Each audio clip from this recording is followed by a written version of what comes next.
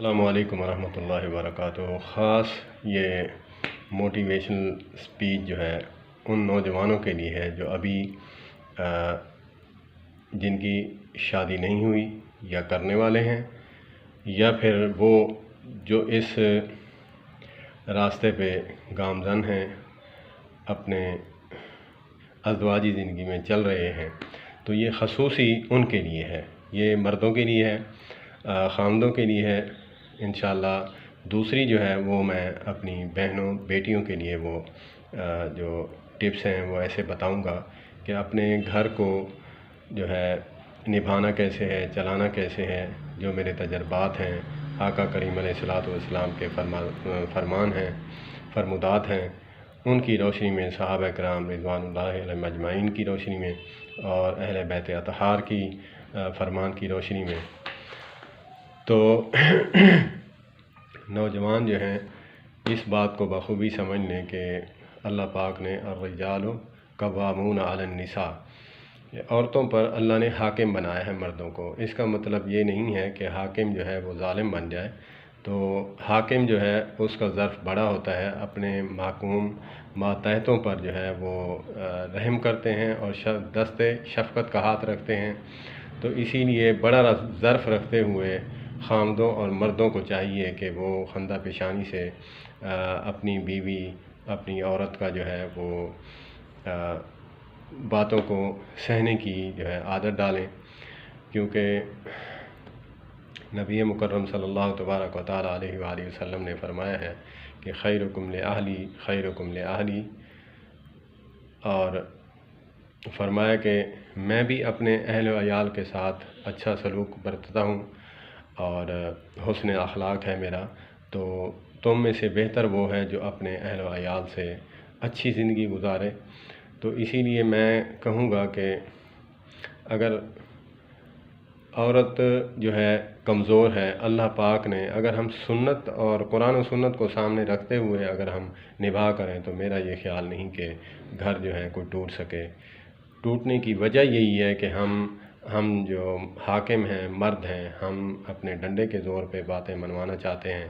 ہم جو ہے ظلم و ستم کے ساتھ، غصے کے ساتھ، کیونکہ ہم یہ بھول جاتے ہیں کہ جب ہم حاکم ہیں تو حاکم کے اوپر بھی فرائض ہیں کہ ایسی باتوں کو جو ہے کچھ ایسی باتیں ہوتی ہیں جو اگنور کرنی پڑتی ہیں۔ کہ آپ سٹارٹ کر لیں کہ بیوی جو ہے اپنے ماں باپ، اپنے بہن بھائیوں کے لیے جو ہے وہ حتی الامکان کوشش کرتی ہے ان کے ساتھ محبت کرنا، ان کے ہاں جانا، ان کو کوئی چیز دینا۔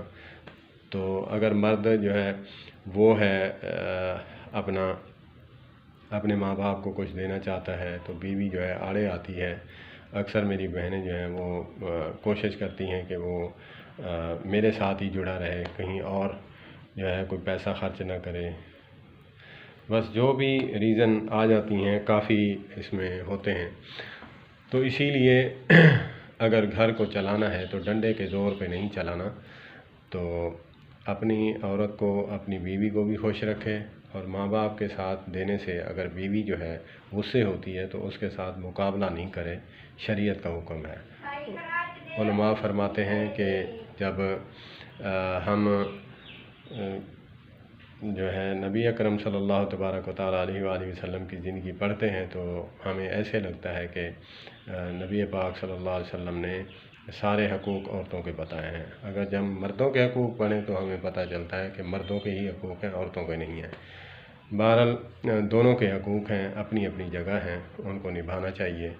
تو ہمیں چاہیے کہ ہم اپنی ماں کے ساتھ، اپنی بہن کے ساتھ جو بھی کرتے ہیں تو ہم چھپا کے بھی کر سکتے ہیں۔ اگر اسے غصہ آتا ہے تو اس بات پہ اس کو غصہ نہیں آنا چاہیے، اور ہمیں چاہیے کہ ہمارے گھر کے ساتھ گھر ہے تو ہم پہلے جا کے والدین کی خدمت کریں، اس کے بعد جو ہے پھر اپنے بچوں کے ساتھ آہستہ آہستہ۔ پھر سب سے بڑی بات یہ ہے کہ اگر ہم اپنی وائف کی جو ماں ہے یا باپ ہے یا بھائی ہے ان کے ساتھ ہم حسن سلوک رکھنا شروع کر دیں، جو ہے محبت رکھنی ہے، جو ان کے ساتھ جو ہے وہ کرنا ہے، اگر ہم اس کے ساتھ کریں گے تو یہ پلٹ کر جو نیکی ہے وہ ہماری طرف لوٹے گی انشاءاللہ۔ کوئی ایسی عورت نہیں جو اپنے ماں باپ کی تو خدمت کرائے، محبت دے، تو اپنے خاوند کی ماں کے ساتھ غیر اخلاقی گفتگو رہے، یہ نہیں ہو سکتا۔ تو ہمیں چاہیے کہ ہم زندگی کو جو ہے مینجمنٹ کر کر چلیں، اور حسن سلوک کے ساتھ، افہام و تفہیم کے ساتھ۔ اللہ پاک جو ہے ہمارے بھائیوں کو، بیٹوں کو، مردوں کو جو ہے چاہیے کہ حاکم بنے، ظالم نہ بنے۔ اللہ پاک ہمیں بات سمجھنے کی توفیق عطا فرمائے۔ وآخر دعوانا ان الحمد للہ رب العالمین۔